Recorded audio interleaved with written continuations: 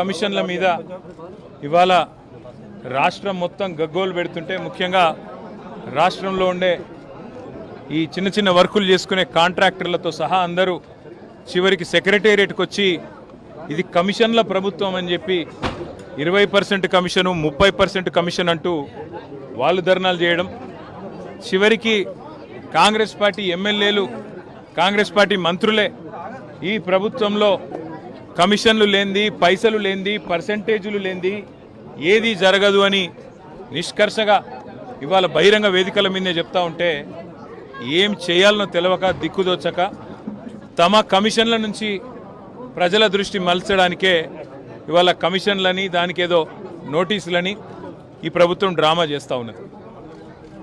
ప్రజాపాలన కాస్త ఈరోజు పర్సెంటేజ్ల పాలనగా మారిపోయింది. ఇది వాస్తవం.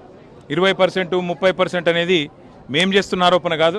ఇవాళ స్వయంగా కాంగ్రెస్ పార్టీ ఎమ్మెల్యేలు మంత్రులు చెప్తున్న మాట, ఈ రాష్ట్రంలో కాంట్రాక్టర్లు సెక్రటేరియట్లోనే ధర్నా చేసే దుస్థితి వచ్చిన మాట వాస్తవం.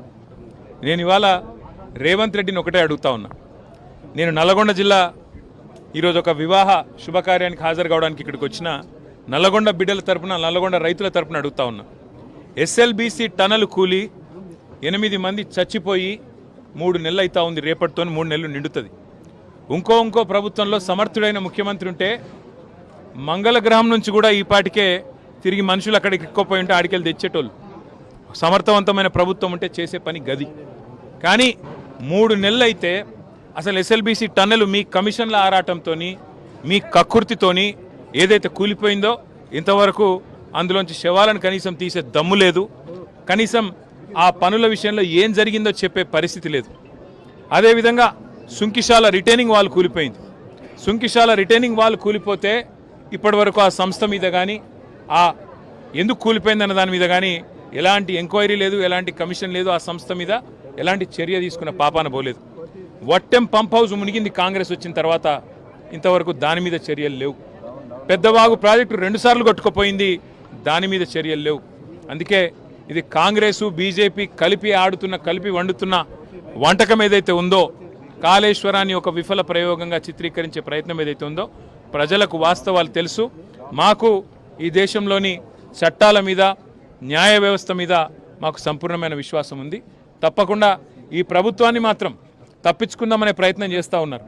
అంటే కమిషన్ల పేరిట, కాలయాపన పేరిట, కమిటీల పేరిట తామిచ్చిన 6 గ్యారంటీలు, 420 హామీలు, వాటిని ప్రజల దృష్టి వాటి నుంచి పక్కకు తీసుకుపోయే ప్రయత్నం ఏదైతే చేస్తున్నారో వదిలిపెట్టే సమస్య లేదు. ఎప్పుడు ఇస్తావు నెలకు 2500 అని రాష్ట్రంలోని 1,68,00,000 మంది ఆడబిడ్డలు అడుగుతున్నారు, అడుగుతూనే ఉంటాం. అట్లాగే ఎప్పుడు ఇస్తావు తులం బంగారం అని ఇవాళ పెళ్లిళ్లలో ఉండే ఆడబిడ్డల తల్లిదండ్రులు అడుగుతున్నారు, వదిలిపెట్టం. ఎప్పుడు ఇస్తావు 4,000 పెన్షన్ అని చెప్పి ఇవాళ రాష్ట్రంలోని పెద్ద మనుషులు అడుగుతున్నారు, వాళ్ళ తరపున అడుగుతూనే ఉంటాం. అట్లాగే ప్రతి ఒక్క హామీని అమలు చేసేదాకా వదిలిపెట్టం.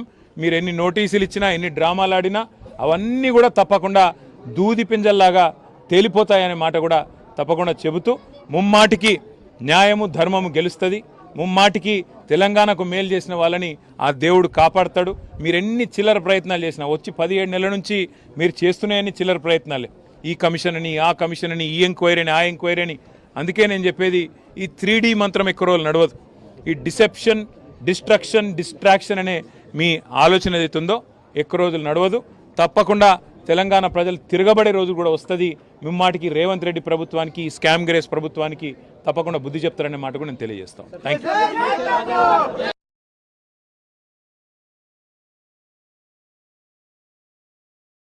ఇవాళ బహిరంగ వేదికల మీదే చెప్తా ఉంటే ఏం చేయాలనో తెలవక దిక్కుదోచక తమ కమిషన్ల నుంచి ప్రజల దృష్టి మలచడానికే ఇవాళ కమిషన్లని దానికేదో